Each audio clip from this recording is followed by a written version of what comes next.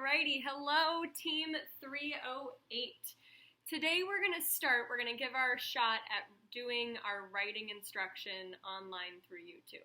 So the way this is going to work is that I'm going to try to sit here and film all 5 videos for the whole week, and I'm going to post them all at once for you to do on your own time. Normally with our writing, a big portion of that is working with a partner and being able to collaborate with someone and share your writing. It's also a big part of our writing and our literacy curriculum to have someone to share ideas with and have conversations with and kind of bounce your thoughts back and forth. So most of us can't do that right now unless you have a neighbor that you could grab on the phone or someone in class that you keep regular contact with in Zoom. So we're going to try our best, and we're just going to try to be flexible and laugh through the awkward parts. So the first thing that I want you to do is try to become comfortable with the idea that I'm going to be asking you questions, kind of like Dora. If you remember Dora the Explorer from when you were a little kid, she always asks a question and then she just kind of pauses and gives like the little kids time to respond as if they're going to say it out loud. And if you want to say it out loud, go ahead and do that, or just think of the answer in your head that you would normally turn and talk with your partner. So I know that's going to be a little bit of an adjustment. It's going to be kind of awkward, but I think we can do it. So we are going to be starting our persuasive and opinion writing this week, and I think you're going to have a lot of fun with it, actually. So we're going to start with trying to come up with a bunch of topics that we feel passionately about and that we feel strongly about that we want to potentially write about. So remember, just like usual, you don't have to write the topic that you know you want to write an essay on first. The idea is to generate as many possible ideas as you can, because you don't want to get your mind stuck on one particular thing, because you might have another one longer in the process that ends up working out for you really well. So I have a piece of opinion writing that I am going to share with you, and it's a short essay, and I want you to think about what the author's opinion is in this essay. I think you're going to catch on pretty quick. This essay is called Bugs Are Creepy, and I'm going to send a copy of this in an email. You probably would already have it right now if you're seeing this video. So if you want to look at the printed version of this, it'll be in your parents' email. All right, bugs are creepy. I think that bugs are creepy, gross, and annoying. I don't like them. In fact, I hate them. When I say bugs, I mean all insects and spiders. I think they are all creepy. For example, they are often furry with long, skinny legs. Many have wiggly antennae, and some have wings and can fly. They look weird, like miniature aliens. Who knows? They might be aliens. I have no idea why they exist. Another terrible thing about bugs is that bugs bite. Mosquitoes, spiders, ants, earwigs, and many other kinds of bugs bite. Some bugs, like ticks or mosquitoes, bite you to suck your blood. Yuck! Others bite you to hurt you, whether you're going to kill them or not. One time, a tiny ant bit me, and it really hurt. Some bug bites can even kill you, like a scorpion's bite, and the bites of certain spiders, like black widows. Also, you might die or get sick if you get stung by a bee and are allergic to bee stings. Since bugs are everywhere, you can't get away from them. They're in the city, they are in nature. For instance, you can find them on a sidewalk and in the dirt. They're in the garden under every rock and even on the prettiest flowers.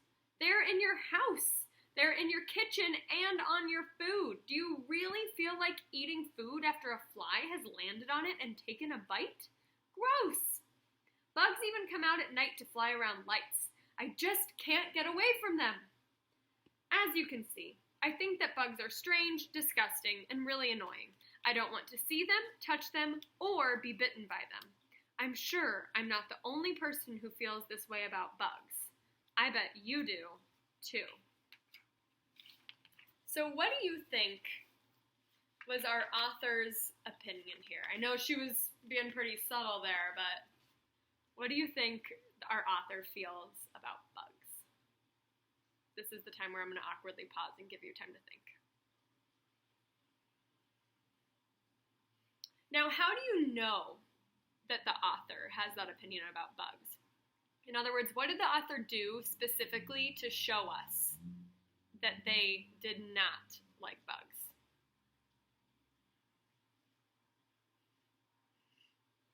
And I also want to know if you agree with the author's opinion. You can also pause right now. If you want to pause me, you can write down your answers to these questions if you want this to be a little more interactive. I know it's going to be different for every kid and family, but another good option is to pause. I also want to know if you agree with the author. I don't remember if I already said that. So our author is trying to persuade or convince the reader that bugs are disgusting and annoying. That is the author's purpose, to persuade or convince us. That's why they wrote this piece. So by the author saying that bugs and insects are creepy, that's how we know that they don't like them. Normally, if you think something is gross or creepy, you probably don't like it very much. Let's see here. So one of the things that an author does when they're writing a persuasive or opinion piece is they state their opinion clearly in the beginning. So if you think back to our story that we just read, in the very beginning, our author states that she or he or they hate bugs. They really do not like them. It says, I think that bugs are creepy, gross, and annoying. There's no question there about how this person feels. And then they support their opinion with several reasons in the paragraphs that follow. So what I want to know is, why do you think it might be a good idea to know how to write a persuasive essay? Why do you think that this is something that we might be spending some time focusing on? You can either pause me or wait a few moments.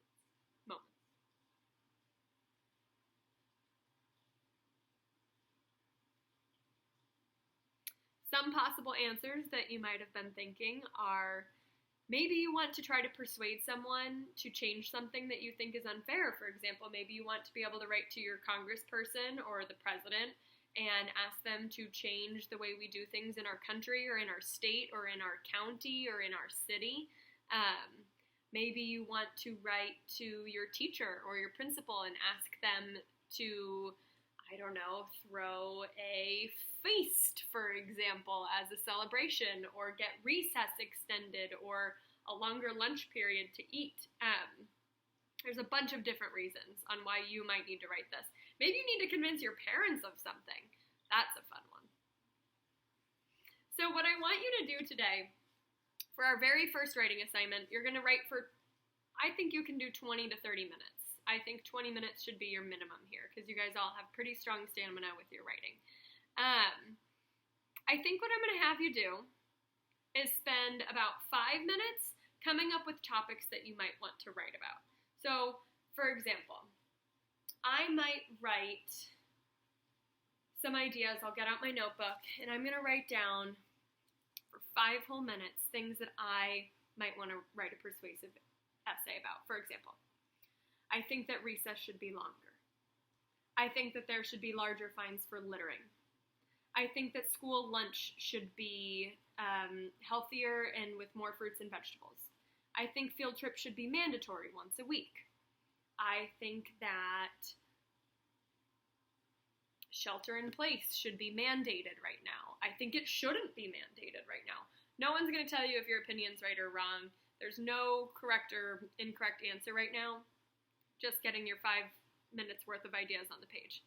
Then, I want you to pick one of those ideas and try to write on that idea for at least 15 minutes. Even if you start running out of ideas and examples along the way, I want you to try. This is just your first shot. Consider it a quick write. It's not going to be graded. Try to convince the reader about why you think your opinion is the correct opinion. Okay? That's what I have for you today. These lessons are a lot shorter when there's no time for discussion or questions or anything like that, so it's going to be pretty interesting. Alrighty, enjoy your writing.